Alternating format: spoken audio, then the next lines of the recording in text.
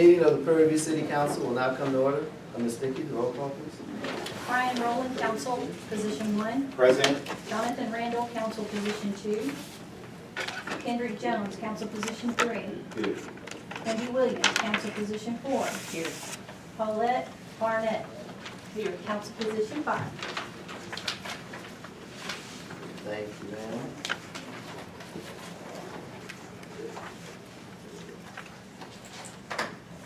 And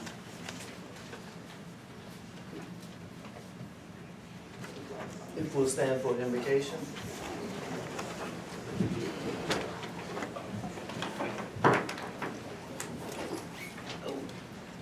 Ms. Bennett, would you do us the honors of a quick prayer? Bless the meeting. Sure. Thank you, ma'am. Thank you, dear Heavenly Father, for this time, this opportunity, Lord, to come together. We thank you, Lord, that you kept us safe through the day. And we pray, oh Father, your blessings on each and every one of us.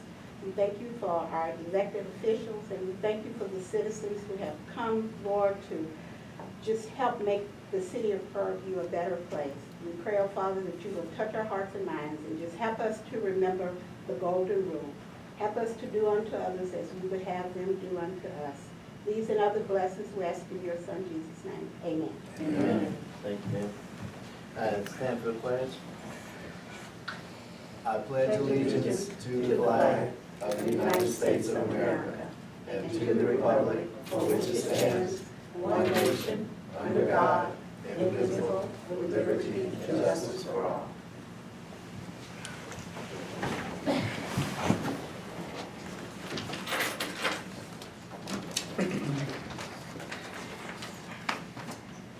Item number 4, consider the approval of the meeting minutes of the regular city council meeting on October 9, 2017. Council, what's your pleasure?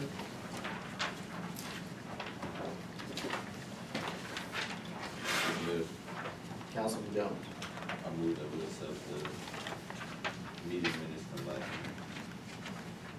week. It's been properly moved and seconded that we accept the meeting minutes from the prior meeting. You've heard the motion, ready for the questions? Question. I've got an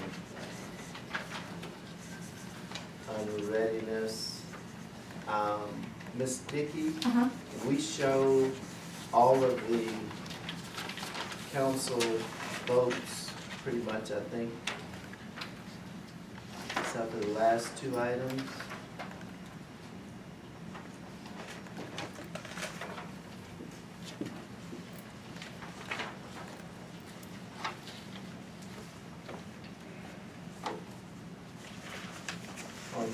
Councilmember Randall made both of those last 2 motions on the second page of the agenda.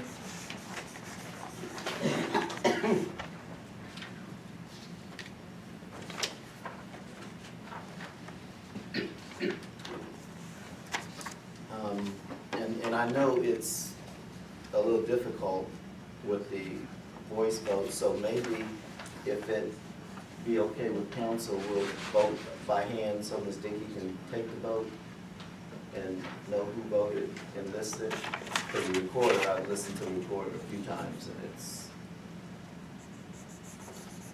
difficult to pick up who voted how. Okay.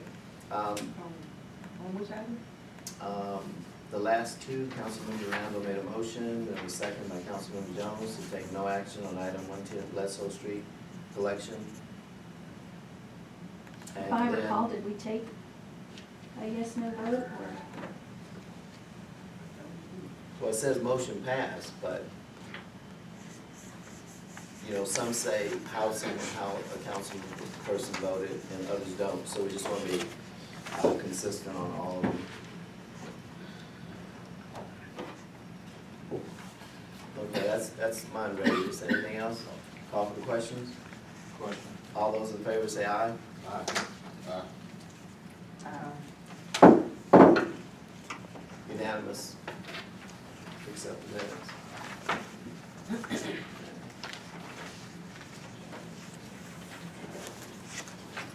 Citizen comments. Dr. Vita Brown.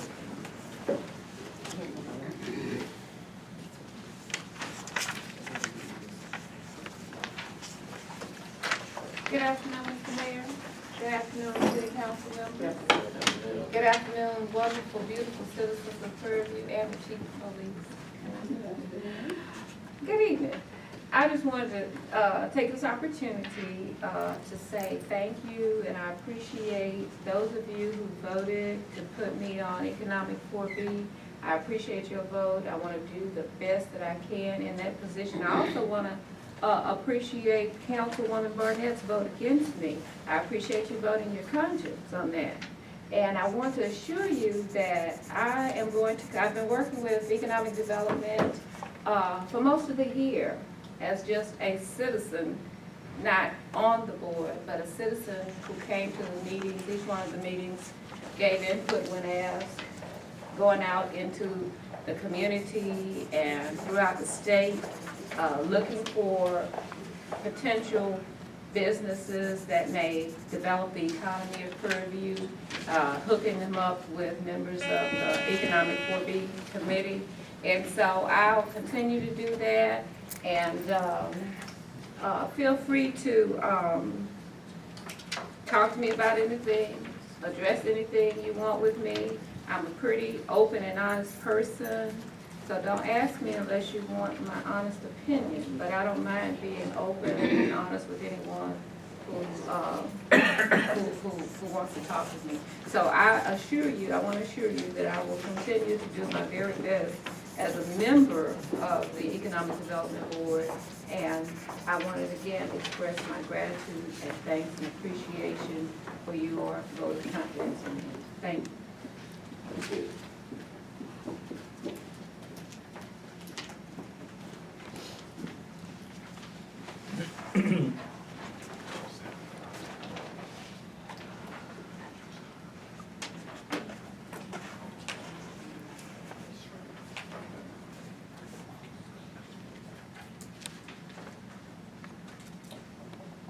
Mr. Leverett.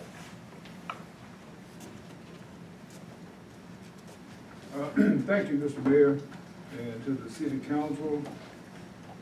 I have a few items that I would like to address. First of all, I would like to ask the legal counsel to look into, well, first of all, I'm going to ask that I on the executive session, you probably, the council remember some time ago, I asked that the listing of the items on the agenda for executive session to be listed, and for some reason it was determined that it was not necessary. I didn't agree with that, but I noticed that now you do actually have executive session EEOC claiming Michael Kelly and Cameron Road. Number one, Cameron Road, in my opinion, is an open agenda item. I don't see why you were discussing Cameron Road, as much discussion that has taken place, unless there's some financial situation or something that you don't care at this time to disclose to the public. But in the EEOC claim for Michael Kelly, I think you can, obviously I'm sure you can put that because that has to do with legal matters. The other thing is, I guess my question is, why is it that we just now decided to put the listing of the items on executive session, now, and you wouldn't do it before? That's the question. And if it's correct, and if it's not correct, I'm requesting that all action items that you took as a result of coming out of executive session be rescinded. That's the question. The second request that I have has to do with certain, I call it, and I know it's not by design, but selective law enforcement. And it has to do with, notice that there's a street on Alita Street, and it goes to a dead, and I have pictures of it. It goes to a dead-end street, there's grass and weeds, and there's a very, very nice street light there. And we have a street light on Hollyhock Street, of which there are several people that live on the corner of that street, with a light that comes on when a moving car comes by, but otherwise it's dark. So my question is, what is the rationale for putting a very, very nice bright light on the street with weeds going up, and nobody lives on it, but we have a street that citizens live, Jim Dunn's apartment, I live there, Ms. Kizzy, Ms. Yates, new house on the corner, and we have a very dark light. And I think that if we could put a light on the street that there's nobody lives on it, and weeds are growing up, I think that, I think that it would be proper to put a good light on the street that have people live on, and a lot of transportation. The other thing is, on Hollyhock again, Leader, there are in the ditches, again, there are car tires in the ditch, stopped up. We have trees growing in the ditch. And I know that we have been doing some things to try to clean those ditches out. They did do some digging, but for some reason I do have pictures of the ditch seal of where there are trees growing in the ditch. So this is basically, I'm not complaining, this is not even bad, I'm reporting to you that in your investigation, apparently you didn't have the opportunity to actually come over that way yet. Those are the, I guess, the 3-4 things that I have, and I appreciate and I hope that the council will take a good look at those items that I asked. Thank you. Thank you. Mr. Leonard, which street do you live down? I stay on Hollyhock, but it's a leader. The leader street, the major street going down to the dead end, called a leader off of 290. And Mr. Mayor, I want to commend you. I did call San Bernard, and they did cut the tree that I asked for, and you found that you did get them moved, so I appreciate that.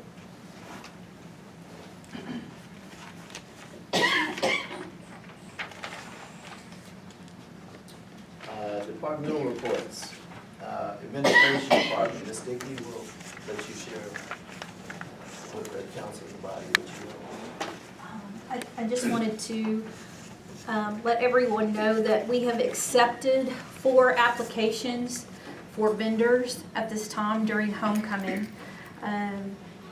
Not just homecoming, but they have actually paid the $250, so that would be an annual permit.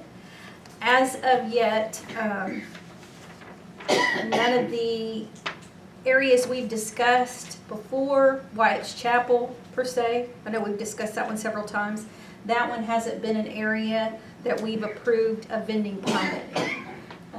Chief has got some other things going on, and I think some people have asked him about permits also. So we're all getting requests, just so that you know, this week we're very busy. I can definitely tell the office is really picked up this week, getting and going toward homecoming. So if we don't answer you on the first ring, please forgive us. We're trying to work through that, and this is sort of Mrs. Cortez, her first homecoming, but and she's realized it today. She was in and out of the office today with a smile on her face because it's definitely picked up some for us. That's all I have for this week. Okay. I have a question. Sure. Yeah, for permits approved, you said something about Wyatt Chapel. Were people trying to use permits based upon where they live at, or why was it the areas approved, disapproved or approved? No, we didn't disapprove. I haven't received anything for Wyatt's Chapel at all. I know that was an area of concern, but we haven't received anything in that area. And just so that you are aware, we will be out and making ourselves available and checking permits during the homecoming activities. Then also we have let the vendors know that of course we are going to have wreckers on site and we need to make sure that we're keeping roads clear. for emergency personnel and those sort of things. So we have made an extra effort to go ahead and let them know that we're definitely needing the roads cleared. If they're selling food on the side of the road, there can't be any stopping on the side of the road, people jumping out of the car and going and ordering a hamburger. We can't do that. Okay? So are the vendors gonna be in a certain area, or are they? So far, all of them are right in the area of University Drive. Like in the corner by the flagpole? No, like further down, University Drive. Like where? They're already established food, one is in front of the PV grocery.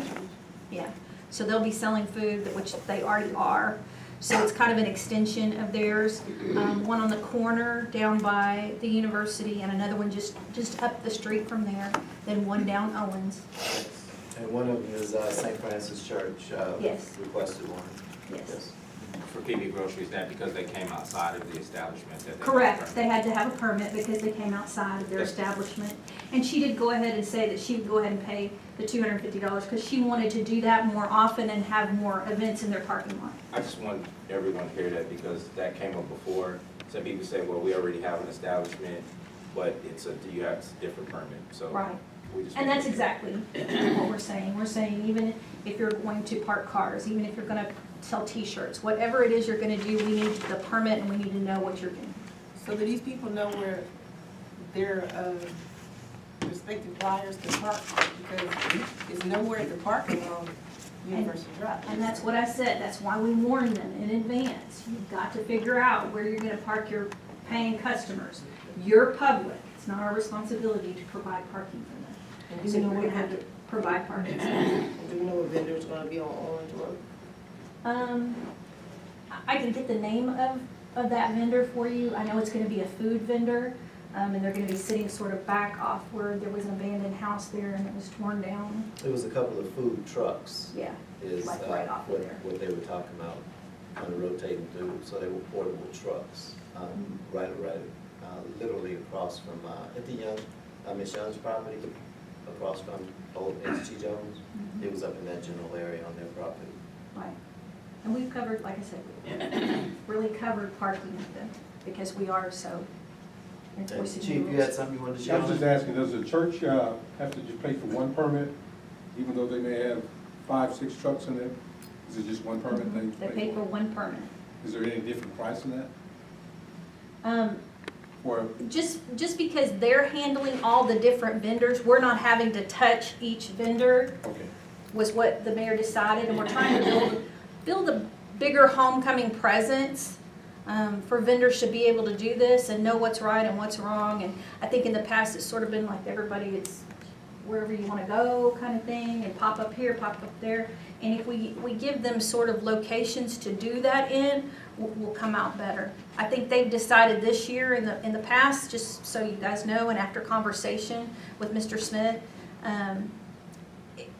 they realized that they weren't really making a lot of money on parking cars, that it was better to make a community sort of event inside the parking lot. So that's what they're looking to do, and I've asked a lot of questions so that I know exactly what each one of these vendors is doing.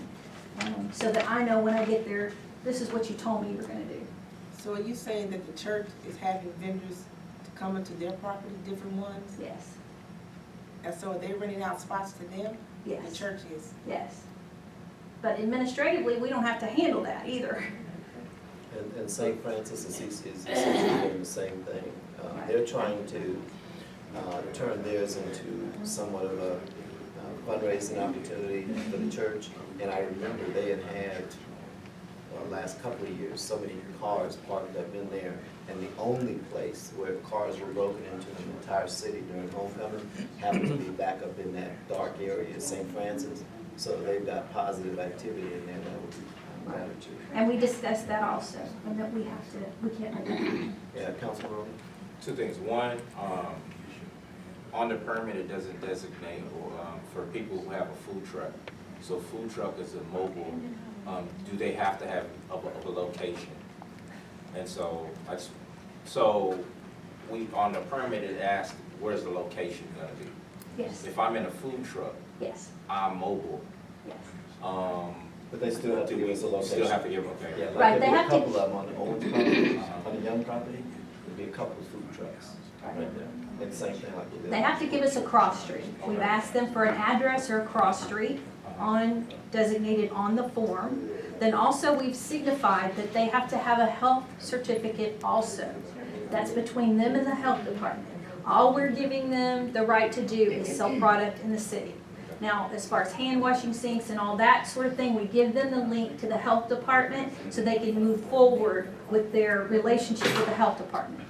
The city of Prairie View, some years ago, we used to do, on University Drive, I forget the church,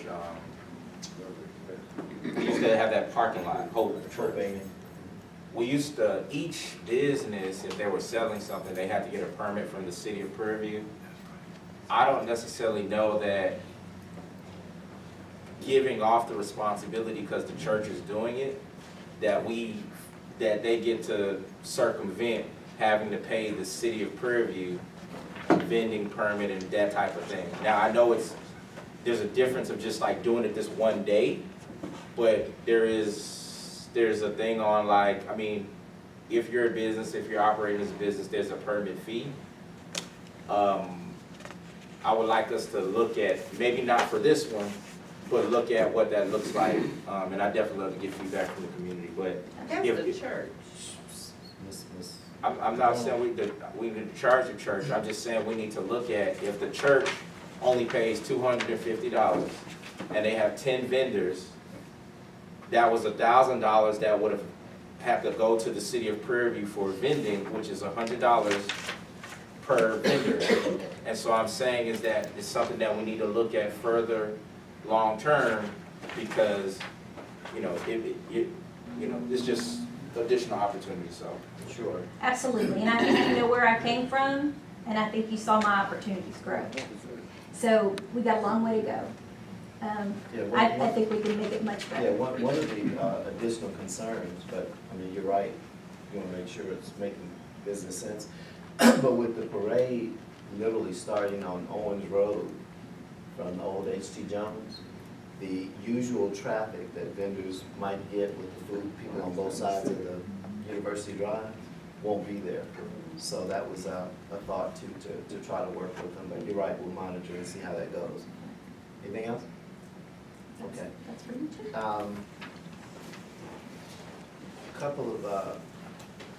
Couple of quick things. One is the FEMA webinars regarding flood applications and that sort of thing, which we put in. The Harvey survivors get more time to apply for disaster assistance. It's been extended until Friday, November 24th. So Judge has helped us placing that on the website.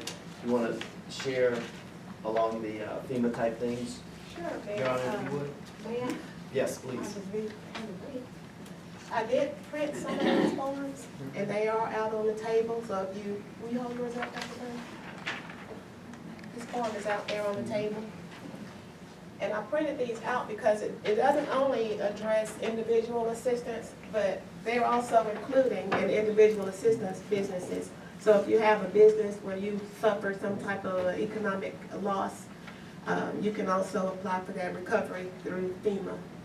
And the extension date is November the 24th, 2017. And we are going to put that on our website, and also a link to the governor's website. Governor Gregory Abbott created a commission to rebuild Texas, so this is part of it. So we are taking advantage of that as a city for the public assistance, and so then we're extending the information out to you all for the actual individual assistance. So we did submit a worksheet for the city of Prairie View, and I think we were able to come up with what we roughly estimate as $225,000 for damage to the city and some of its structures and water treatment plants. And so that's really all I have, Mayor, regarding the FEMA recovery effort. The documents, the request for public assistance, the one that required the DUNS number that you submitted. Right, and that's slightly different. That doesn't have anything to do with the Rebuild Texas effort. But we did submit all of our applications for assistance for the FEMA recovery. So we did the request for assistance, and then some other required applications regarding the city's account numbers and financial information for deposits. Quick question, did we submit for the 100% or 90-10, or what is the split that we are gonna come into? I think what you're referring to is that debris recovery. We did not have any debris. When I say we didn't have any debris, that means that as a city, as a public entity, we did not have any debris. We didn't meet that threshold. It took, what, 3,000? I think all we had was a tree that fell in the road that would have fallen under that category. But so the debris wasn't just the city, it was everybody on the whole, my name, those two streets, Ruby. And Ruby. Emerald. So all those, the trash cans we paid, the dumpsters, all those things could have calculated, would have got over $3,000. Why didn't we use the opportunity? Because you're looking at two different types of recovery efforts. You have the public assistance, which is to the city and damage and loss to the city as a public entity, and then you're looking at the individual. So that debris that was hauled off, that was for individual properties, and that cannot be included in the recovery for the public assistance. There was another lady with a different department that I spoke to. We're down with 3 dumpsters with her. So your point is well taken, but yeah, we do have 3 in another category. Off of Ruby Street, we provided the dumpsters and everything, so we stuck those in there. Okay, thank you. Would that help? Yeah, Yeah, there was another one that I took care of that Councilman Rowland is referring to. It was a lady, I forgot which one of the many people with Hurricane Harvey and the subsequent flooding was so devastating that we find ourselves, even with Governor Abbott's, there's so many different departments that are involved in this that historically had not been involved. Mm-hmm. So between rebuild and so many things under that one umbrella, and then FEMA, state, county, several folks have set up different things. But yeah, we got another one, and I forgot which one of the main people that we talked to. It might have been the lady that we just sent that other thing into, but And that I was don't for the remember. Rebuild Texas, and we did submit that Yeah. worksheet. But, Yeah. but that's something different. With the FEMA recovery, there are several different categories where you can receive reimbursement for the cost. But, and that includes emergency management, debris removal. But that split for the percentage-wise, that has to do strictly for debris removal, and then how quickly the city did remove that debris. yeah, so I'm very familiar. I just thought that we could have used an opportunity to get more than 3 dumpsters. We could use the opportunity to clear out the whole street that was 100% impacted, which would have made our numbers go up to hit the threshold, but we would have been able to get more support for that community. But it's fine. But do you understand what the debris removal Yeah, category is yeah, for? I Is do. if there's any debris that was on a person's private property, you cannot include that in the public recovery. And there were 2 or 3 private dumpsters on Ruby Street. So in reference to your point, which is a good one, there were 5 to 6 dumpsters that covered those small couple of blocks, but 2 of them were privately owned. Yes, the Cyruses did one, and so did Miss Reed, and I think someone else did. So those we couldn't include, but it was a total of 5 or 6 total in that small area, yeah. But they were on private property, and we couldn't add those in, but so that's why we were down for 3 instead of 1. Thank you, ma'am. And again, I appreciate your help in what you've done, and I want the public to know and understand your assisting us with cataloging that kind of stuff, and the meeting we had with the Army Corps of Engineers, you know, that you sat in on. I appreciate your assistance with that as My well. pleasure, I'm here to serve. Thank you. Thank you. Following on that, as recent as today, I think I copied council on this letter from TML Intergovernmental Risk Pool, essentially denying the city's claim for the damage that we incurred in our building. They brought out an adjuster, and I actually went up on the roof with them to conduct an investigation into the cause of the damage to the above referenced property. The adjuster's report indicates an inspection of City Hall's interior revealed 9 rooms with water intrusion, with staining to ceiling tiles and window sills in the affected rooms. The window sills showed many seals with, and just went into the stuff, but basically they say we're writing to notify the city this loss is not covered by the risk pool as the damages were not caused by covered peril or storm created openings. And they cite the inclusions, and council was copied on that, so you have that information as well. Lights, city lights were referenced a little earlier, and one of the things that that is happening. I have a question on this real quick. Yeah, oh, go ahead. My understanding, Ms. Alexander, maybe you can help me. When you file the claim, just like for the city of Prairie View, just like an individual, if you were impacted during the storm, you have an option to file with FEMA, and then you have a option to file with your individual insurance. For what the mayor just talked about the roof, I know we have our risk pool, which is TML, which is our individual insurance. But did we file this claim with FEMA in our number? Yes. Okay.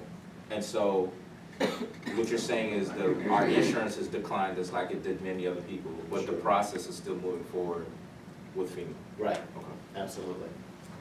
Yeah, as a matter of fact, the meeting that I mentioned regarding the U.S. Army Corps of Engineers that Judge Alexander assisted and sat in on me with, they were pre-FEMA. They weren't here representing the quote-unquote Army Corps of Engineers. They were here representing FEMA just to see if FEMA needed to get back with us. As a matter of fact, they took the information verbally. They didn't even bother to look around at the damages. They just needed to assess, does FEMA need to come here to do and follow up on that, which they agreed they do. So yeah, they were pre-FEMA. So we filed with FEMA. The private one was a requirement. And that's when I also found out we got a $25,000 deductible on building situations. Anything else on the letter from TML, the denial? I want to make sure council had that because they go into the property coverages and what's excluded so that you'd be able to absorb that directly. And Mayor, can we just, where are we? Are we on number B now on the agenda, is that correct? Under 6B? Just want to see where are we at 6B now on the agenda, which is the... We're under admin reports. Okay. And what I tend to do is, well, basically, no, this is still admin. That was me handling Okay. the insurance claim. The other thing is, I've been working with Mr. Marshall Hussein out of Austin. He's with the Texas A&M Energy Institute, and we had a meeting this last week, but he was in a car accident with myself, him, and San Bernard Electric, and he wasn't able to make it, and we didn't understand why until after he was in the hospital with the car accident. But basically, what we're doing is working to try to light up the city. Mr. Leverett mentioned, you know, that bright light down there. All the new lights that are coming in are LED lights. Roughly 70–75% less wattage or cost, but as he made mention, extremely brighter. And as soon as a light does go out, when we call them, if they still have the bulb for that, they're using it until they run out of that inventory. But as soon as those bulbs run out, they're going to convert each of the respective poles to the much brighter LED lights. What Mr. Hussein is doing is, in working with him about a year now, but we ran into a problem because we're in a electric co-op. And the co-op owns the poles, the lights, that sort of thing.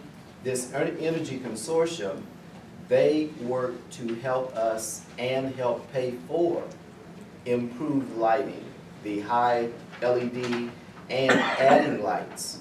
So that's why, you know, he's important. They've been working on projects in Ontario, Canada, and now he's back again. So we'll be getting together probably maybe in the next week or two again to pick up on that. But really just trying to work out with San Bernard, because I understand their position. They've been making all this money off the city and everybody else. So they're really not that interested in lowering, because we're the only city in San Bernard Electric's co-ops. So, and those things also have contracts as well. But because they own the poles and the lights, just trying to get them to understand, we just want these folks with this energy consortium to come in, light up our city, save us money, and you can keep your poles and lights, and we're still paying a bill. It just might be a lesser bill. But as I shared with John Spice, who's our area guy who replaced Carol, if we wind up with a lot more lights, they might still get the same check. Because while it's lower voltage, it's more lights, it might balance out. But either way, we don't care. You know, if it's gonna light up our city and make it better for our residents coming and going, that's the bottom line. And I think he left our meeting with that understanding. The other thing I want to just put out there is there's an incredible amount of grants and funding assistance for a lot of different things through the Texas Municipal League that we're a member of. And just wanted to, I think I passed that sheet out so council could see as well. And we're working to try to get residents to help us apply for some of this free money.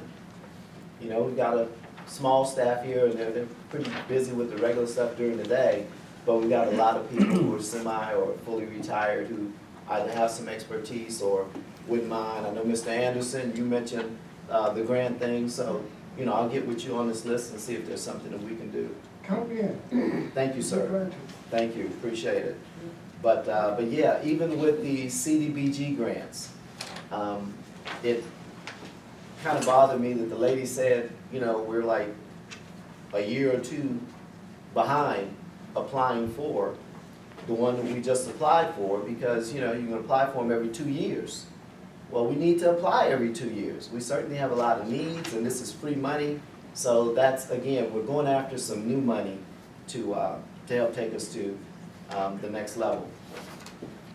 The other admin thing, and Chief, were you gonna get into the parking scenario on your No, report? I didn't have anything unless somebody has got some questions. Okay, well, you probably may have heard that there's a. Did you proceed, President? Let's see if they can make copies for the council. Yeah, We good. posted it on. Right. So there's a press release that basically the City of Prairie View's ordinance prohibiting parking along FM 1098 from the entrance to the university all the way around to LW Minor, the other entrance to the university. And a lot of that has to do with safety concerns, you know, parking on both sides of the street, and then when you have the traffic in the middle and people crossing, it became impossible for emergency vehicles to, you know, go from one end to the other, possibly to save a life or, you know, what have you. And it really started when TxDOT informed us that is no parking. TxDOT informed us of that last year, and I asked them, well, when were you gonna tell us? Because it's been parking on there for about 25, 30 years since it started.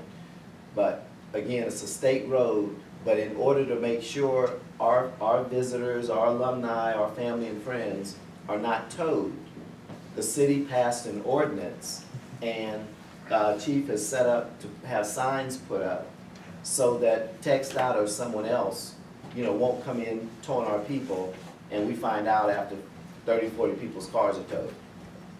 So we're just being a little proactive on that to make sure people understand it, and, you know, since TxDOT wouldn't put the signs, we're putting them so that our folks can be educated on what's going on there.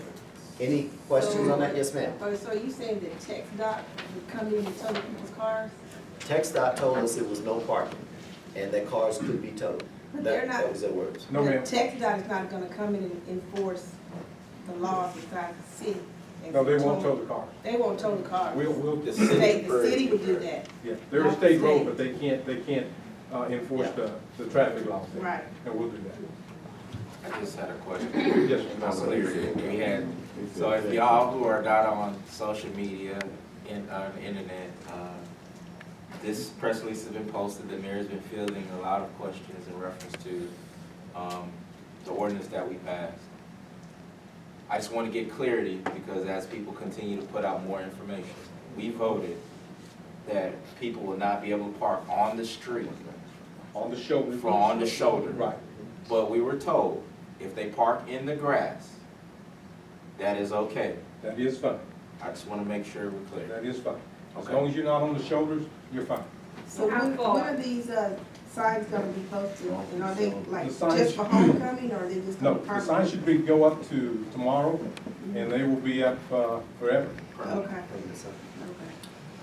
And, So- and, I'm sorry, go ahead. Yes, so ma'am. Chief, so do all four tires need to be on the grass? Yes, ma'am, absolutely, Okay. absolutely. And- As long as you're on the grass, you're fine. And Chief, I think if we're able to get it started where people are parking sort of head in or back in, so that they're going in instead of taking up two spaces, that might help, you know. And it would help, People and the people, the park, the parking attendants. yeah, that You know, would. people just go come in. That would help. Me and Councilman Rowland can get them started, once we, then it'll Yeah. go like down the Yeah. south way. And that would help. I won't utilize the police as parking attendants. Sure. But that would help to get them off the road, and it makes it easier for them to come out. I understand that's been the problem in the last few years, because people would park like that, and then other people would park on the shoulder, and then they couldn't get out. But yeah, as long as you're off the roadway, the shoulder part of the road, we're fine. Because we drove through the day and there were some cars that were in the grassy areas, but it still leaves a clear view to come around the curve. And that's what we're looking for. Quick question, as we're gonna have to field, calls about where people's cars are, where, is it a holding place, gonna be a city hall? Where are we telling people they need to go? If someone's car gets towed, and we're gonna try and make that a last resort. Okay. And that's why we're gonna keep a police officer in the area. We also have tow trucks in the area. We're gonna try to make that a last resort, and actually just towing people's cars. Unless you just really get out of hand, we're not gonna tow your car. We're gonna have you move, but we'll also give you a card of where your car is gonna be at.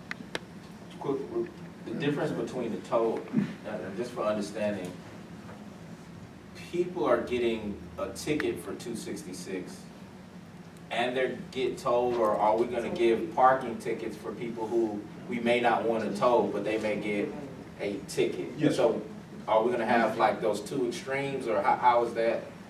When you say extreme. So someone may park crazy, so we get a ticket versus getting a ticket on top of, and then towed on top of that, so. I understand last year that some people parked, and people said, hey, your car's gonna get towed. People said, tow it, and they kept walking in. Well, in that instance, we're gonna tow your car. Right. We're gonna tow your car. And we'll tow your car, and you'll have to pay it there. We won't give you a ticket. Tickets are gonna be difficult.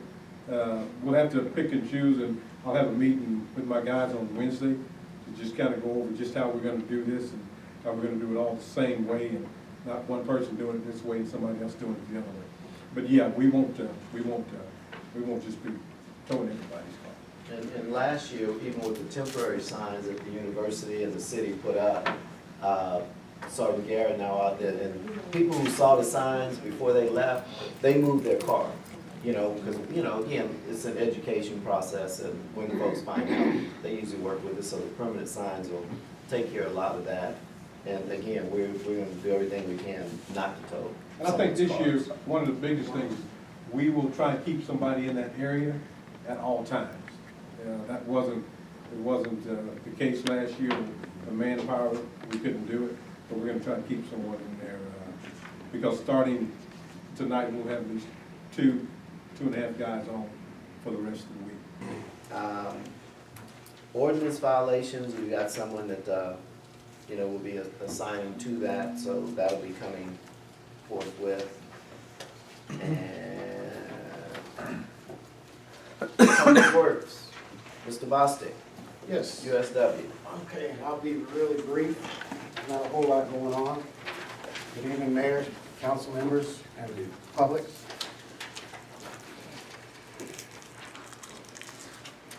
This month's operation report basically consists of, we had a lift station on Min Road that we weren't aware of. That was Charlemagne. Charlemagne, okay, yes, so we weren't aware of the city's lift station.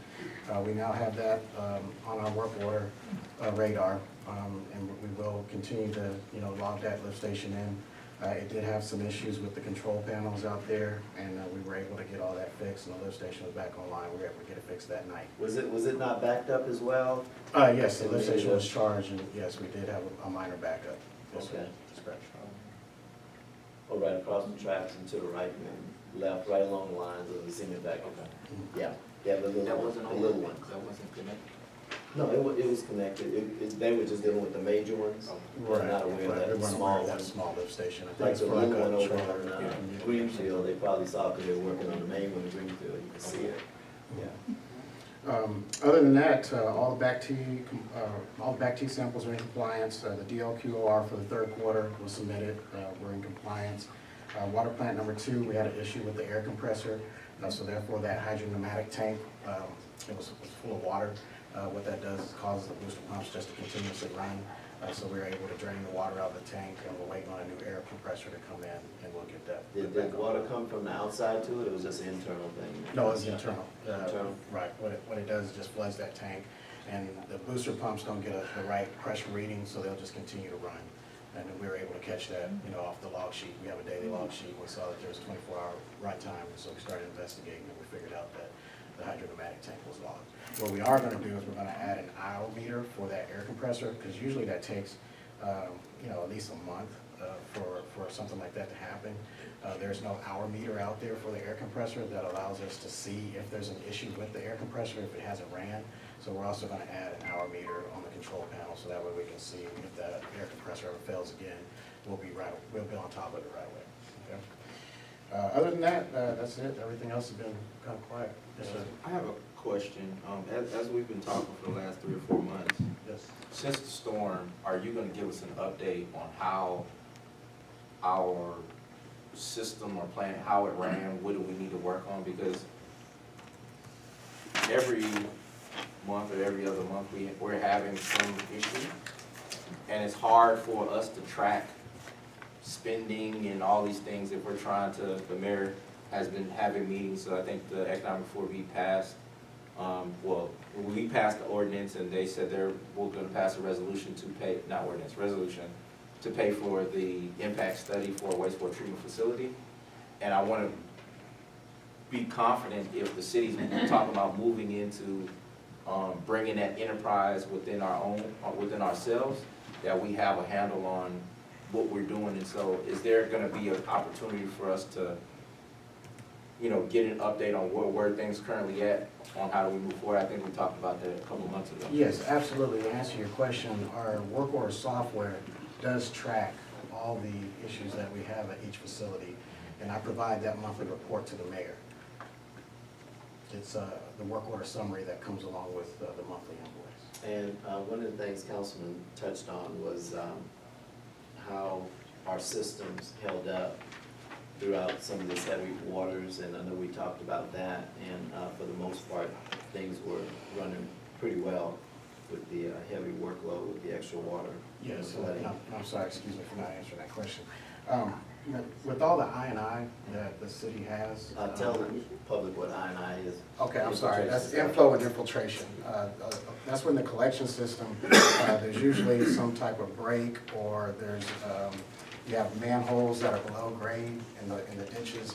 And so anytime it rains and those ditches flood, you have what's called excessive I&I that comes into the system. The lift stations that the city has, they're not designed to handle all that I&I. So they're designed for normal working conditions. And through the storm Harvey, that added a lot of stress to any equipment, and that's throughout operations. I mean, there's still some districts and cities that are still down to this day. But that adds a lot of added stress to the equipment. We are seeing that some equipment is starting to fail post-Harvey. But with the city's equipment, we just had 2 lift station rehabs. The third one is underway. So thankfully, we were able to get those done. We did have some stress to Ruby Road, Ruby Street lift station. It was pretty much underwater. Other than that, the rest of the system held up pretty good, you know, considering the circumstances. Yes, sir, your cohort environment up there, yes, sir. I just would like to chime in that when we were actually able to get here post-Harvey, and I was able to go through all the lift stations, the system held up good. By the time I got out here, everything was back to normal levels. So I want to say by Tuesday or Wednesday, everything was back to normal. So the system actually held up really well. And the thing that Chris and I were doing out at the water tower, that was just, the panel was overworked when we were out there with Ernest, 24/7, what's his name? Yes. Ernest had to come out? Yes, we did have some control issues, and that those were able to be rectified. So we were able to get that back up and running. But we do have an insurance claim on Water Plant 1 due to the well motor shorting the ground and us losing the soft start control. That's when them noted, wow, Byron couldn't get out of here because there was a little water. You know, Chris was out here working, representing, taking care of our stuff. We even had a kayak, so we're ready to get to you on it, trust me. Well, we appreciate it. We appreciate it. And I spoke with Mr. Johnson and Lisa Cooch. Yes. Am I saying Cooch or Coocher? Kutch. Kutch, Yes. okay, one of those. I think what would help, we went over some of the numbers and invoices, that she could probably just send a copy of all the claims, you know, that we had, so he could match those up, and then we could take a look at that difference and the improvements on the things that needed to be improved on and stuff, so we can get closer to and start finalizing some of those claims with you guys as well. Absolutely. Because you've I really appreciate it. been appreciated with taking care of keeping our folks running. Absolutely, thank you. Okay, no problem. So you'll be hearing from. Yes, I will. And I sent him the stuff you sent me as well, so. Okay. Can I get a copy of the monthly report he reviewed with Franklin? Sure. Sure. All right, thank you.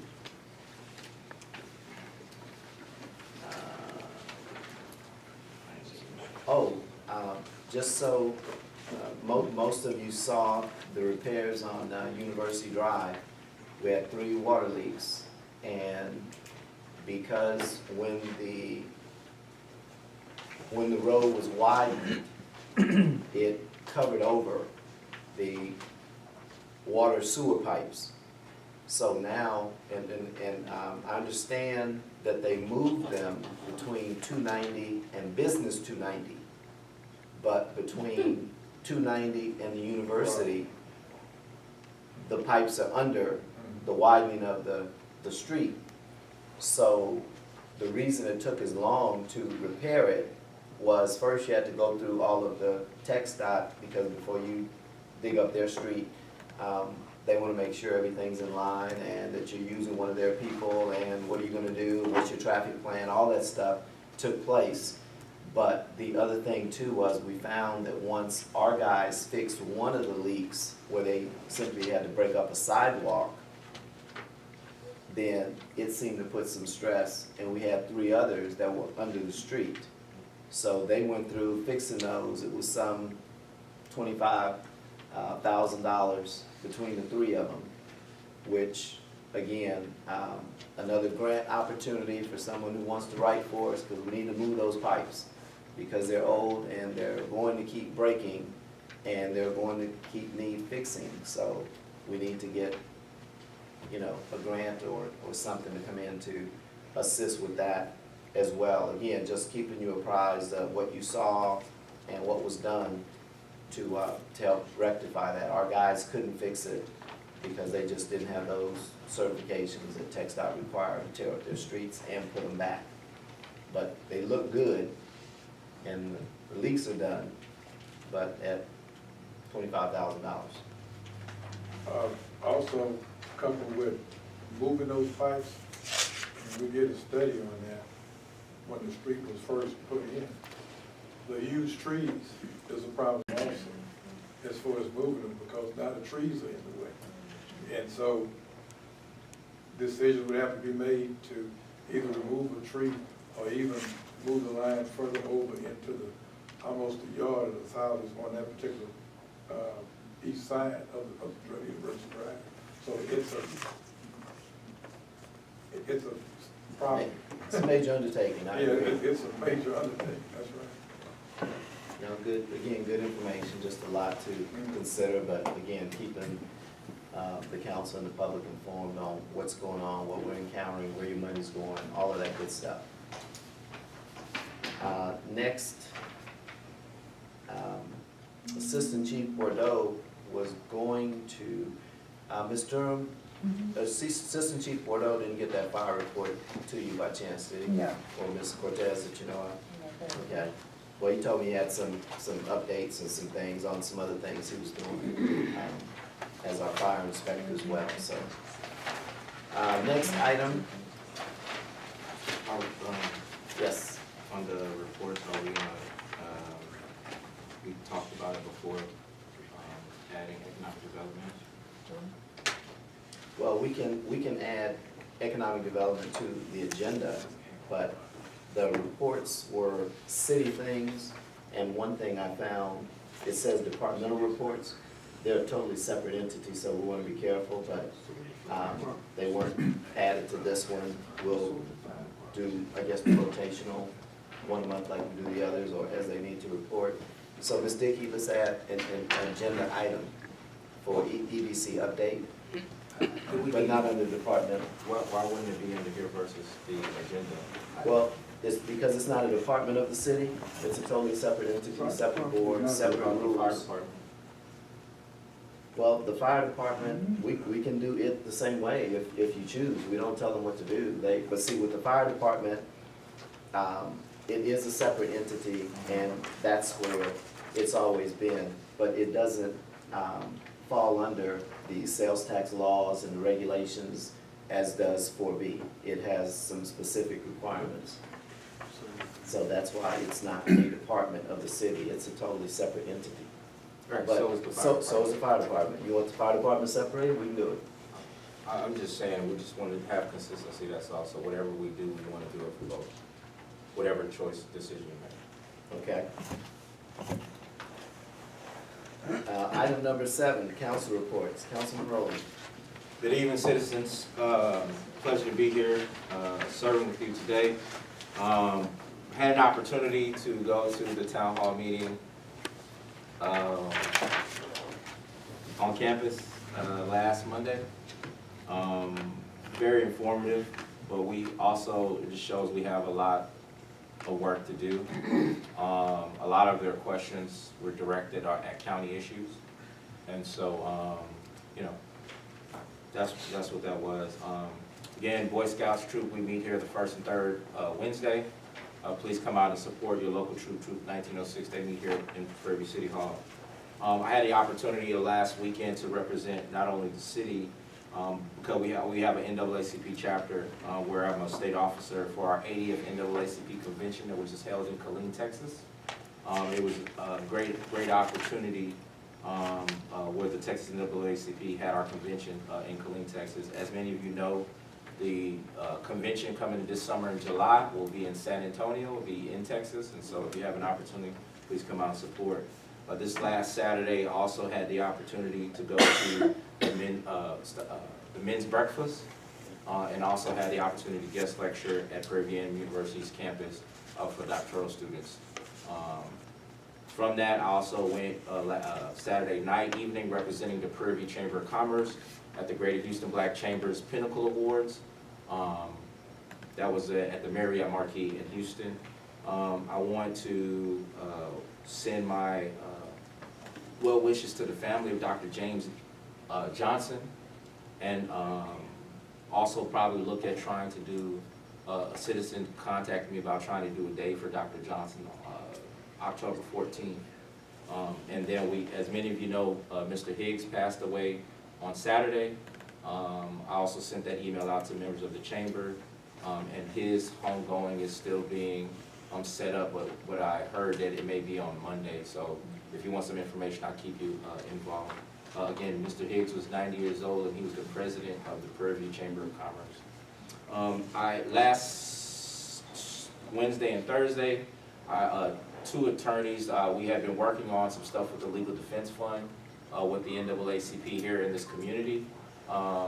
Post Hurricane Harvey, you had many people who were impacted not having proper identification for voting or transportation issues, so you had two attorneys who came down from the Legal Defense Fund and came to Prairie View, talking with many people who either had ID issues or had transportation issues. Again, that kind of also morphed into this thing that was going on in Waller County. And so they have a survey. If people want to take the survey, I'll send the link out for people who are interested. Also in the report, as many of you may or may not know, Dr. Ruth Simmons is the sole finalist whose name has moved up to become the president of the first African-American woman president of Prairie View Indian University. So that's just for information purposes. I think with her becoming the president, the city of Prairie View, I think we have an opportunity to move our city forward under her leadership, along with, again, the mayor representing us, but I think we do. She is a business person and very capable and competent to do that. This Friday, the Houston NAACP will host their banquet. They're celebrating they're celebrating like 78 years. They're old. The Houston branch, the Houston NAACP chapter is having their banquet this Friday. If anybody's interested, please let me know. And definitely want to take my hats off to the Prairie View University's football team as they get ready to play this Saturday for homecoming. So again, thank you. If you need any assistance from me, my name is Brian Rowland, and I'm here to serve. Thank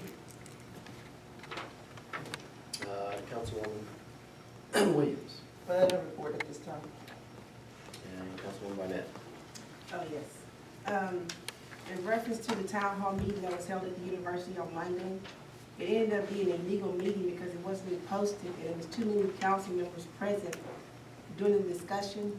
So it was considered to be a Class B misdemeanor without even sitting there. So I left the meeting, and that's why. It wasn't because I didn't want to hear what the students were saying. I left because it was too many of us present. And early voting started today for the bond for the county. And it's to vote for or against the bond to build the new jail. And regardless of how you vote, the jail is going to be built either with the bond money or with the citizens' taxes being increased. So, that's Ma'am. I also attended the town hall meeting on campus, and one of the things I want to take the liberty of, because as Councilwoman Barnett stated, it wasn't posted, and one of the things I would share as I did there with council members, when you have an idea, which we encourage, when you have a project, which we encourage, it's your project. Now, you can get with and direct, the folks to make sure, because those things should be posted, but that was a first-time thing. We had no idea, as our counselor had shared with us, no one had to go, that sort of thing. But she's right, it should be posted, and I would just encourage council members, as you undertake projects and nice things like that, to take the responsibility to have them posted as well, even with the help of the city staff. All those things that happen outside of here, with all the hats that I'm wearing, we need other folks to do some of those things as well. And it was a good exchange, I thought, with the students, and they had some good questions and that sort of thing. So it was a great idea, and we just want to make sure that it's as Councilwoman Barnett said, you know, we maintain it as legal and that sort of thing. There were, last week, there were 70 African-American students from the state of Minnesota that visited PVAMU, and they donated some items for Hurricane Harvey victims, and those are being distributed to some of the university students. I spoke with the president's office because they had quite a few folks that they had identified who had been impacted by it, as well as the principal, Bates at H.G. Jones Elementary School. Met with the flood committee, and again, we're constantly taking a look at and going out to some of the meetings that, you know, the county or FEMA undertakes where flooding may be an issue, where they can point out, you know, our issues and concerns from a city as engineers and folks who worked in that field for years. The Smart City project is the research part, information being gathered, so we're excited about that. There was someone that I met at TML who expressed an interest in helping bring the city along with what they do that fell into that technology type scenario. So I put them in touch with the folks over the Smart City project and their meeting.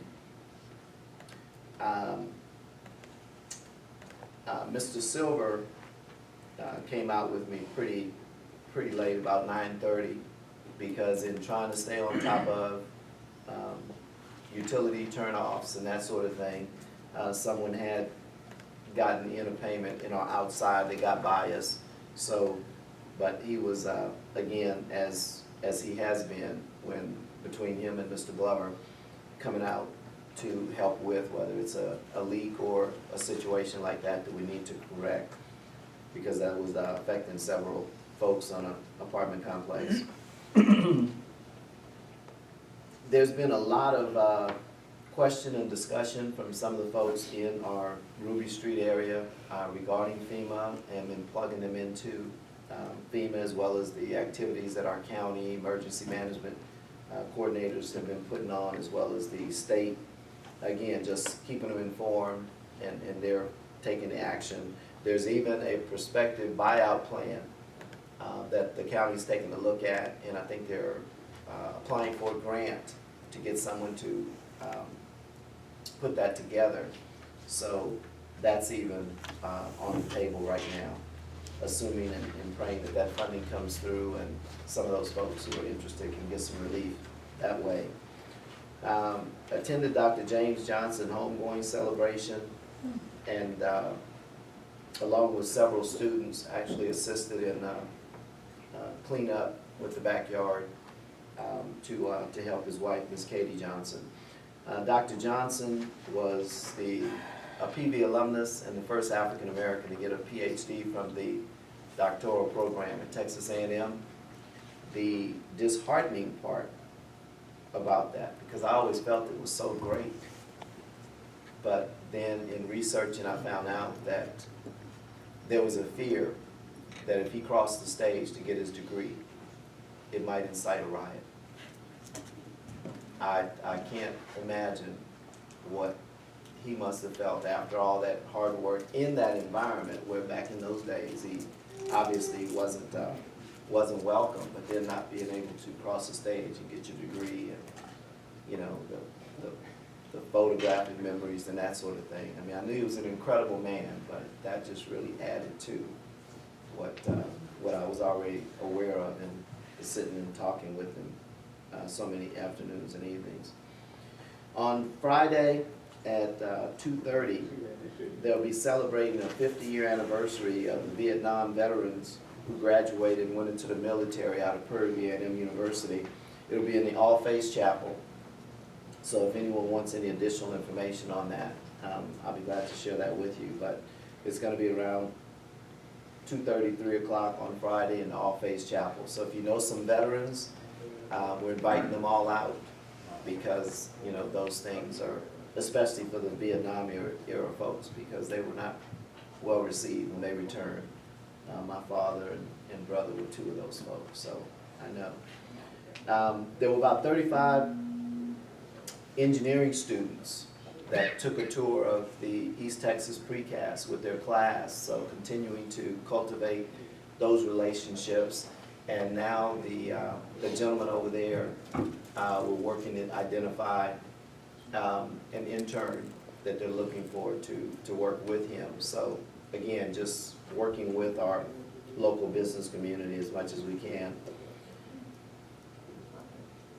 There was a cancer awareness program on campus last Thursday, I believe it was. And it was something that Dr. DeSalle had typically for 5 years held in Houston, and she held it on campus. And it was wonderful how there were so many students in that audience. So that type of thing is really working well. And Friday attended the gala where Dr. Simmons was announced as our newest president by Chancellor John Sharp. So we're excited about that and really glad to have her, and just looking forward to what she can do to help the area, the university, go to another level. Also, we're accepting nominees for interested parties to sit on a few of our committees, boards, and that sort of thing. So just wanted to make sure all of you knew that, and we'll be continuing to. The Board of Adjustments is just one of them, but we're basically looking for folks who want to, as Mr. Anderson said earlier, just, you know, help where you can. Because we don't have a large pool to work with. So several of us, you know, wear more than one hat or volunteer more than one thing, and believe me, it's truly needed and appreciated. The passed out for the benefit of council, two front and back page of Robert's Rules of Order, and I want to publicly apologize to the public. Last meeting got a little out of hand by my own standards, and I just want to apologize for my role in it. And that's what made me wonder how that happened. Well, Robert's Rules of Order is there to do just that, to help orchestrate meetings, keep order, and that sort of thing. So that's what made me, you know, research, pull this up, so that those kind of things won't be happening again. And again, that's the purpose of that. Item 10, discuss and take action on Mayor Allen as Houston Galveston Area Council Representative and City Council Woman Paulette Barnett as an alternate. I didn't speak with you, but I'm good? Okay, all right. What's the will of the pleasure of the council?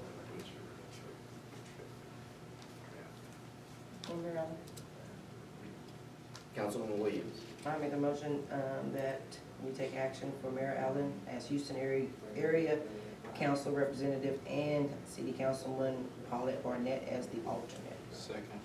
It's been properly moved and seconded that Mayor Allen as the Houston Galveston Area Council Representative and City Councilwoman Paulette Barnett as the alternate. You've heard the motion, ready for the questions. All those in favor say aye. Aye. Ayes have it. Item 11, discuss and take action on Mayor's appointing Chief Solomon as City Emergency Management Coordinator. Am I right, Council? Yes, that's correct. Okay, You are the Emergency Management Director. right. Okay. What's the pleasure of the council? Question. Councilwoman Barnett? So will he be going to get the certification to be the EMC, or does he already have a certification? I know he's got quite a bit of emergency background. I don't know about all the specific certifications and that sort of thing. But I know he, Yes, Chief. sir, I have emergency management certifications, quite a few of them. I'm not sure what, when you're talking emergency management, normally that would have come under the fire department. But if it's something you'd like for us to take on, we'll definitely look into it. Yeah, I do have those certifications, if you'd like to see them on the resume. No, I just wanted to know where you were going to have to go and take the training. And there's still some more training to be taken as well. There's always more training to be taken, for sure. So the coordinator position is just the assistant. So the mayor retains the emergency management director by statute. And this is basically an assistant, if, you know, that's all it is. Not just an assistant, but that's That's how they term it in the statute, so. Real Yes. And what's the council's pleasure on item 11? Mr. Mayor, Councilman Rowland. I move that we take action on approving Chief Solomon as the city emergency management coordinator. Second. It's been properly moved and seconded that the mayor's appointment of Chief Solomon as city emergency management coordinator be approved. You've heard the motion, ready for the questions? Question. All those in favor say aye. Aye. Let the record show it was unanimous, Ms. Dickey. Item 12, discuss and take action on mayor's appointment of city councilwoman Wendy Williams as ordinance committee chair. Motion. Ms. Mayor, Councilwoman I Burnett. motion that Wendy Williams, Councilman Wendy Williams be appointed to the position of Ordinance committee. ordinance committee chair. Is there a second? Second. It's been properly moved and seconded that mayor's appointment of Councilwoman Wendy Williams as ordinance committee chair be approved. You've heard the motion, ready for the questions? Question. All those in favor? Aye. Unanimous. Item 13, discuss appointing City Councilman Brian Rowland to Planning and Zoning Commission. And I think Councilman Rowland, I ran into a glitch with that, council. Yes, the state law on dual office holding would prohibit a council member from holding the position as a planning and zoning person as well, because the planning and zoning has sovereign functions. So if you were to take that appointment, you could risk dual office holding, which would eliminate your position as a council member. And I think one of those things that came up, Councilman Rowland, just so you know my thought process, I thought you were on planning and zoning before. Right, which is we've always had two people on both economic development, two people on. Economic development is different. They specifically, there's a statute that allows up to 3 council members to be on economic development. So there's a specific statutory authority for that. As to be on planning and zoning, if it was a purely advisory committee with absolutely no sovereign functions, there could be a possibility that a council member could serve on that without invoking dual office holding. One of the agenda items we have is item number 16, talking about the subdivision ordinance rewrite that we're going to be doing, is they right now have plat authority, okay, without having to go to council. That alone would trigger, because they don't have to go to council for plat approval right now, that alone would trigger what's called a sovereign function, okay? Quick question. Yes. Things can be changed. Planning and zoning, you're saying has always had, or is this a change that's come into place because of the charter? Or is this always planning and zoning had plat authority and never had to be ratified by council? The way that it's ordinance, not charter.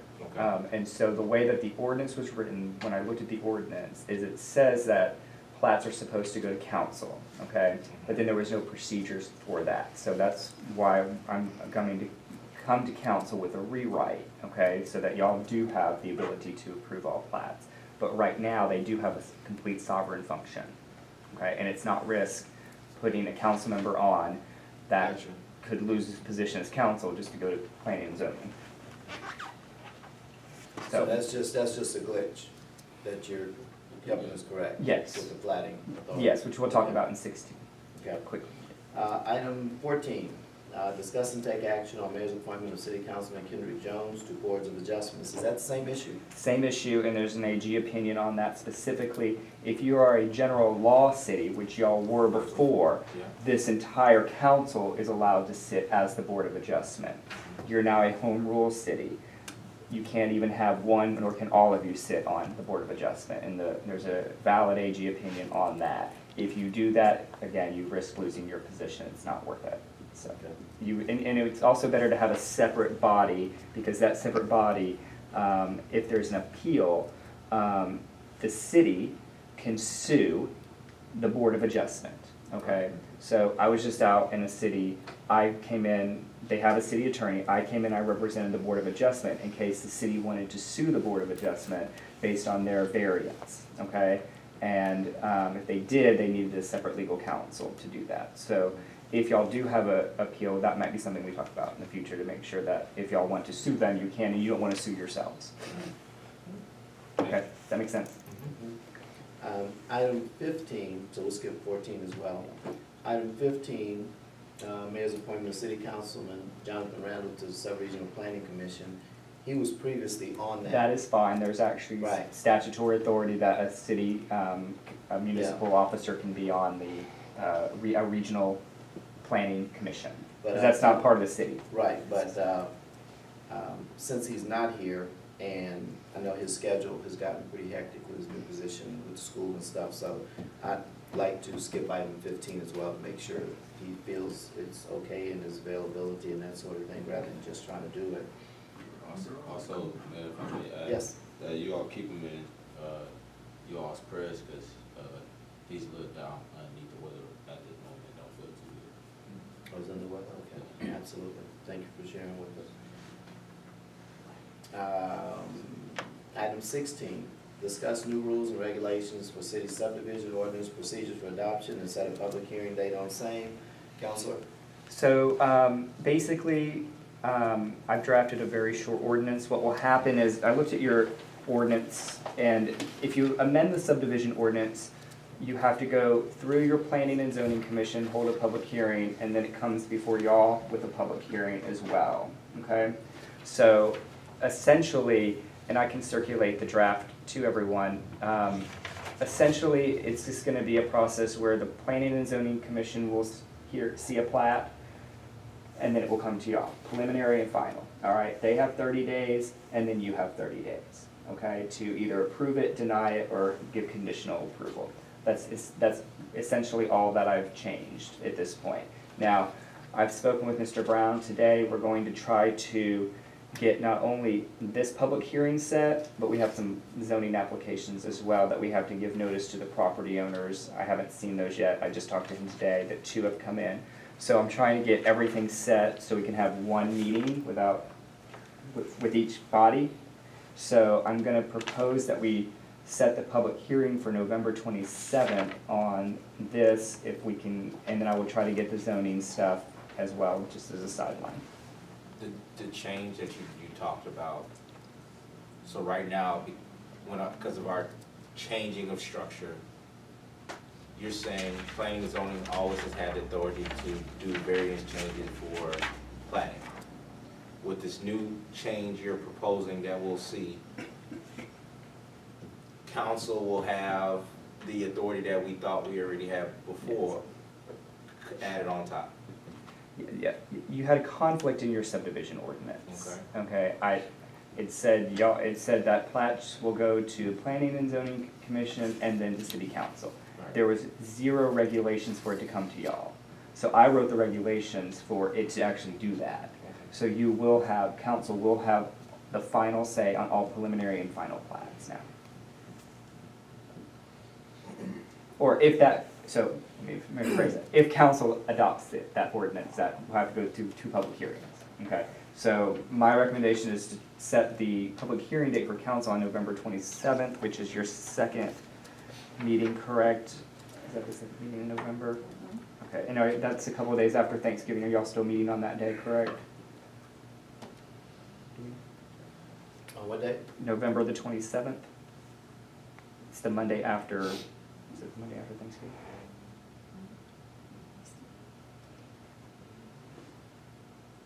Yeah, It's your regular. It's on Thursday. It's on, it's your regular Monday, the 4th Monday of the month. So, I think we can get the public hearing for planning published and heard, and then come to y'all, and then y'all can have your opportunity to have a public hearing and then adopt the ordinance if you so desire at that meeting. So, I just need a motion on, if they want to set the public hearing date for that day. Councilman Jones? I move that we set having a public hearing November 27th. Session. It's been properly moved and seconded that we have a public hearing on November 27th, and that time would be? We can do it at the same time as the city council meeting. We can just do it at 6:15 or something. Well, could you just update me? Yeah. And correct me? Okay. Okay. It's been properly moved and seconded that we set a public hearing on November 27th, in conjunction with council meeting. You've heard the motion, ready for the questions? Just a question. Councilman We're gonna receive this document before 27th, right? I already have it done. Okay. I just want to receive it before. Thank you. Any other readies? All those in favor say aye. Aye. Ayes have it. Who was the second on that item? Thank you. Okay. Item 17, council, it was more discussion to start the conversation. In looking at our former and current utility bill situation, the $200 deposit that was put in place several years ago is no longer adequate. The average unpaid bill is around $400, almost twice that. So not necessarily action this evening, but give some thought to what you might want to take a look at so that we can, again, our losses in public works are significant. So it's, again, really to start the dialogue, discussion, and start that process. Councilman Rowland? Whenever we start to talk about it, I definitely love to figure out how the number from 200 to 400, that's a big jump. So you look at many people who are coming to our city, new homeowners or new apartment people who are trying to get $400 deposit. I don't know where you go pay a $400 deposit for utilities. Now, I know we're having some collection issues, some other issues, but we want to make sure that on one hand, we're not saying we need people to move to the city of Prairie View, and we're putting up other barriers that stop people from being able to get the utilities that they need that are required. And so hopefully, when we start to discuss this, we'll be able to have some numbers, Ms. Durham. Because I know, I remember we increased it from it was like 100 or something, 150 to 200.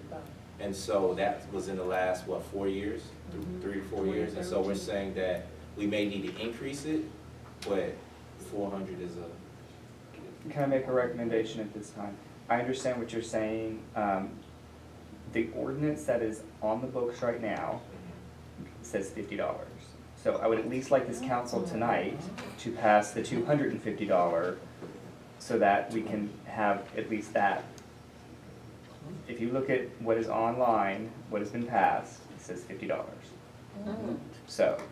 What council is pointing out, as Ms. Hayes before him had pointed out, so many of our ordinances that have been on the books, that we've been running the city by, are either outdated, not proper for what, we want them to do. So like the previous ones, we're just looking to try to get caught up. And it could have been, it wasn't codified, so it certainly could have been, council passed a valid ordinance that never got sent up to the codification service. That's absolutely possible. But I would like, since you're charging the $250, is that at least make this ordinance that for now, and if you want to increase it at another time, then you can. But this will put us in line with what you're doing. So we can do, one, to adopt an ordinance, increasing it, We're just sustaining the $200 deposit that we have on file now. 275. 275? No, the deposit is 200, 75 is a Connection fee. connection. Yeah, That's the connection fee. right. So we get understanding back again. Right now on the website, the number you talked about is there. It's 50. I brought this up at the last meeting. And that's why I wanted to bring you an ordinance fixing that. And so, whatever number you want, but if y'all want to continue to think about that, I would say that's fine.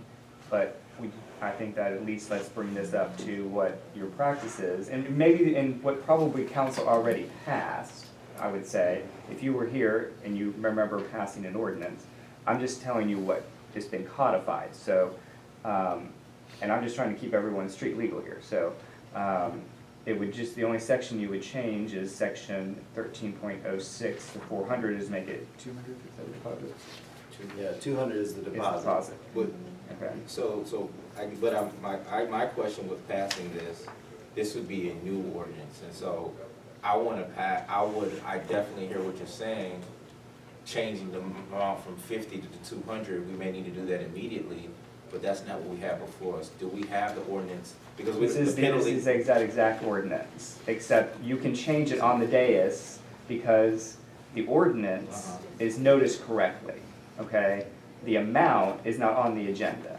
So if there's a motion to amend, like you just have a sample ordinance in front of you. If your motion is take the ordinance and say, we want to pass this ordinance with the deposit being 200 rather than the 400 that was inserted, that's all you need to make the motion when you adopt the ordinance. And then if you look at section 3, I've done a ratification as well to help offset any issues that could come up. Right, and so, like section 4, that's in the current ordinance right now? You have you have a general penalty provision in your code of ordinances for all your ordinances. This is the lowest, it's 500, so it doesn't have to be 500, but that's the maximum. That if they don't pay their bill, that's one way. I guess I'm just trying, I wanted to use the same language we currently have and to change if we have to do something today, to change that amount to the 200. Okay. Adopting this, we haven't went through these sections, and then, so that actually changes the ordinance, and so I This think. is a standard, these are standard, the severability, the effective date, the penalty, those are standard every single ordinance I would ever draft for y'all. Right. I get what you're saying, but I'm also saying right now on the internet, there's an ordinance that we have. Yes. And I'm saying that because you said right now an ordinance that's online, it has $50, and you would ask us to make that change to 200. And I'm saying that would be fine, but then if we take this ordinance that we have in front of us, which is updating and new, to change it that way does not allow us to be able to vet this whole, to have this discussion, because it's more than just the $200 change, that would be the change. And so we're saying to speed up the process, how do we come back to this ordinance, but move forward in adopting the deposit amount? You can strike the penalty provision if you'd like.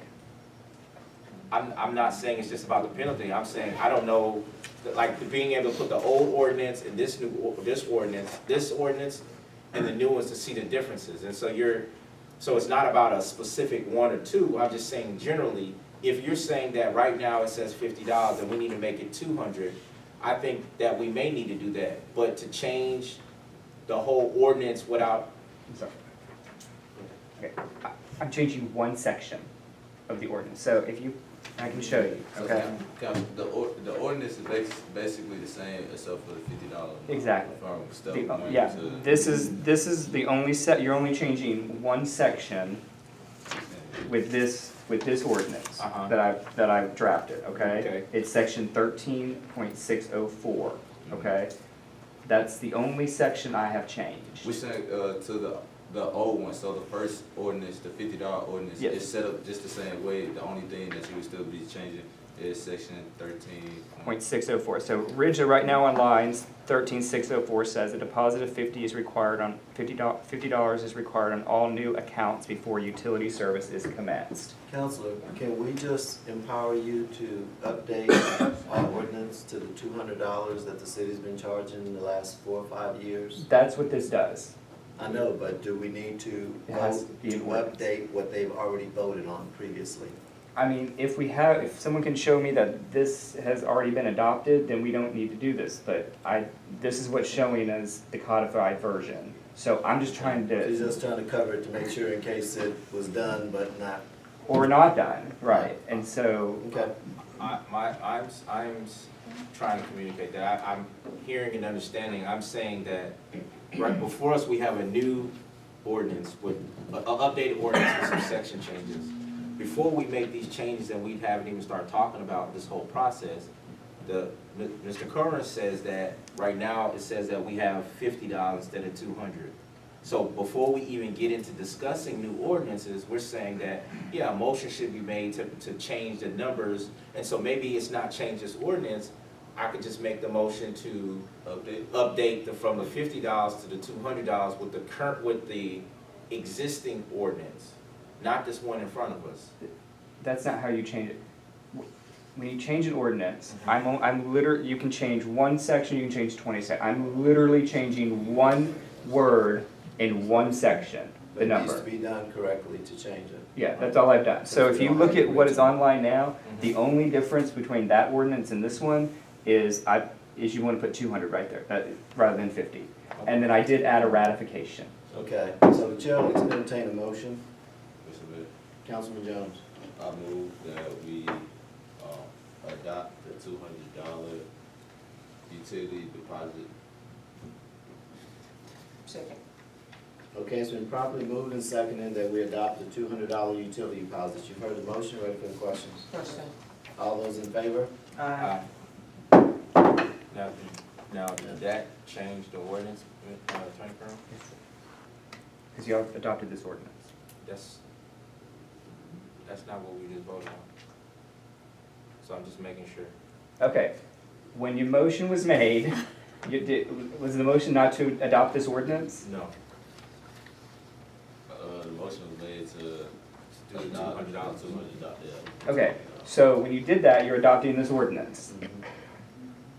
Do you, And the only thing you changed on the ordinance was the $200. was the 200 and I put a ratification in there. Okay. So is that not what council meant to do? I want to make sure council does what council wants to do. Because the motion is, this is an agenda item for an ordinance adoption, okay? That is what you have in front of you. But That's all you can vote on, is this ordinance. You can change that number, and he did, to $200. So is that not what council voted on? that's what we Yes. voted on. Okay. Okay. Next item, executive session. The City of Prairie View City Council reserves the right to adjourn into executive session at any time during the course of this meeting to discuss, as authorized by Texas Government Code Sections 551.071, consultation with attorney, 551.072, deliberations about real property, 551.073, deliberations about gifts and donations, 551.074, personnel matters, 551.076, deliberations about security devices, and 551.086, economic development. We're now adjourned into executive session at 7:55. At 7:55.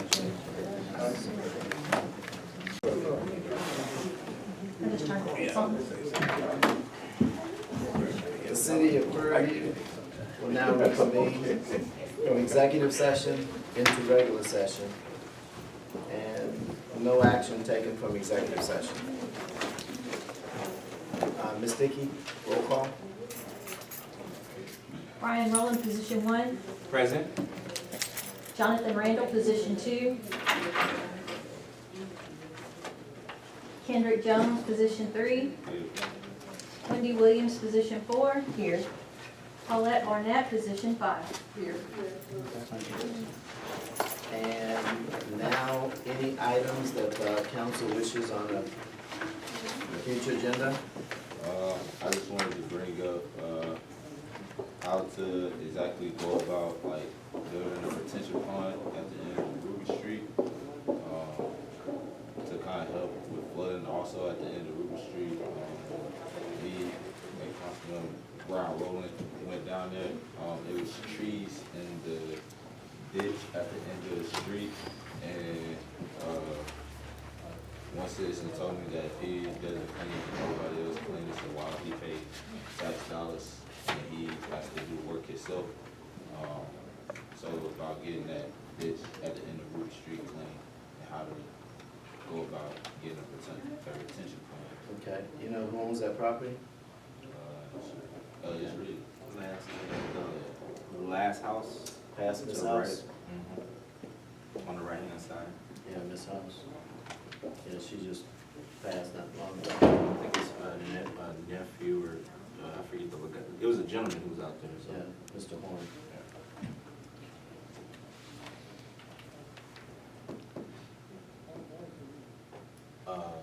At some point on the agenda, I would definitely love for us to take some time out to talk about, the next steps with, wastewater treatment facility. Because it's gonna take some, all hands on deck and some planning, so if we can start the conversation, amongst council, that would be good. Okay. Anything else?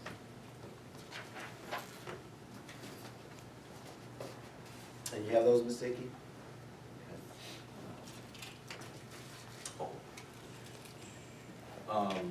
Another thing, and maybe I don't wanna hash up an old wound, we have not put any money into properly,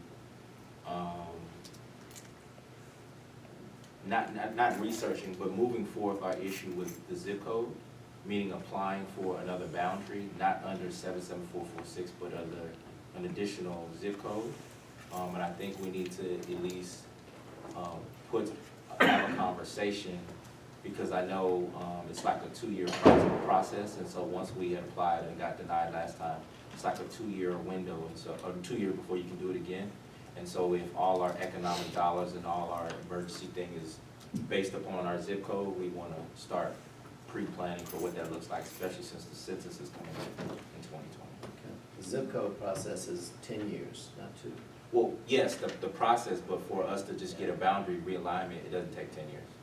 Because all we're asking for is a realignment. As you know, the boundaries for 77446 is just the post office. And so we would be asking for maybe potentially another zip code and extend the boundaries around our entire city. And so those are some of the things we would probably want to get university and some of the other people in our, to start saying those things when it's come up to the legislature, when the legislature comes up. And so we want to have our facts and everything together. Okay. But again, we've never put, we put effort and energy into it, but we've never really assigned dollars. And we all know that if you want something done and you put no money behind it, how much do you really want it done?